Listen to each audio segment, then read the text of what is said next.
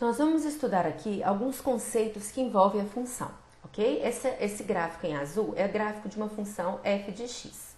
Eu não vou me preocupar em escrever a regra da função. A nossa análise vai ser mesmo no desenho dela.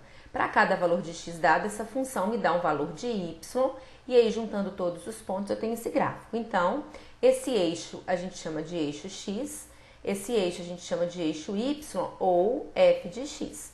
Então, toda pergunta relacionada à função, eu vou olhar para o eixo y e vou responder, né, o que foi pedido pelo que acontece no eixo x. Porque o eixo x é que é a minha variável independente. O eixo x é meu domínio. É ele que vai falar quais são os valores que eu posso usar na minha função, ok?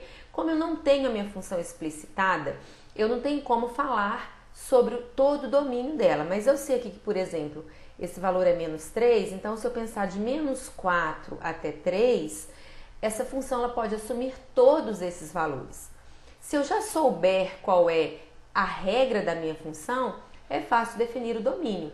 Por exemplo, a parábola ela tem domínio real, a reta tem domínio em todos os reais também. Nesse caso, como eu só tenho esse traço, o único domínio visível para mim é o que vem aqui desse valor, que eu não sei, é menos 3 alguma coisa, quase menos 4, até 3 pelo menos, ok? Para esse intervalo dado, eu posso observar quem é a minha imagem. Para esse pedaço desenhado, eu vou olhar como imagem o que eu uso no eixo y. Notem que se eu pegar valor aqui, por exemplo, isso aqui é menos 2, aqui provavelmente deve ser o menos 3. Eu consigo o valor de função para esse menos 3. Ou seja, o menos 3 está na minha imagem. Se eu pegar o valor 2, eu também consigo valores para ele. Então, de menos 3, todos esses valores, ó, se eu pegar um valor aqui também, ó, eu consigo valor para esse valor de y. Para 1,5, por exemplo, eu também consigo valores. Para o 2, eu também consigo um valor, mas acima do 2, eu já não tenho mais função desenhada. Então, pelo que eu tenho visto aqui, dentro desse pedaço do desenho, eu estou fixa no desenho da minha função, o que eu posso observar aqui é que o domínio, ele pode ser, sei lá, de menos 3,5 até, vou colocar 3,2, que é onde eu estou vendo aqui, né? 3,2.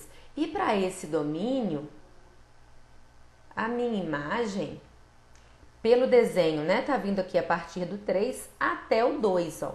Desculpa, do menos 3, né, até o 2, só que agora em y.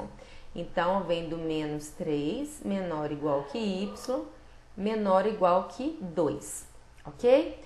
Quem vão ser as raízes da minha função? Raiz de função são os valores em que a função corta o eixo do x.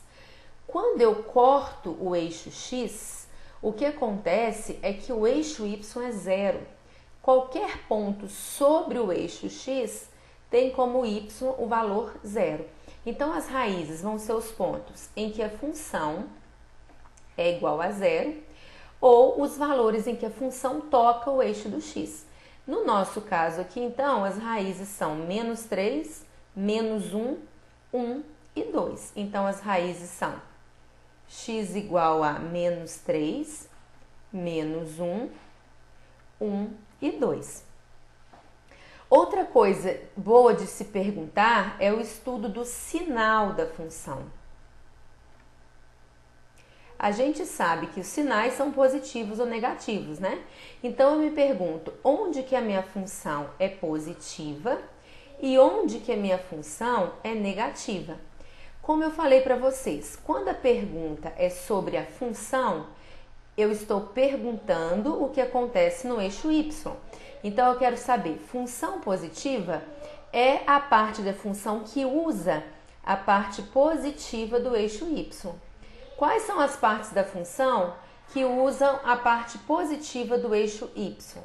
Então, ó, parte positiva do eixo y vai ser usado por essa parte da função, tá na parte positiva, aqui já está na parte negativa, aqui está na parte positiva. Então, notem que as raízes que marcam onde a função é zero, vão marcar então onde a função é positiva ou negativa.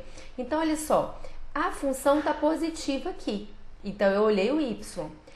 Onde, então, a função é positiva? A resposta vai estar em x.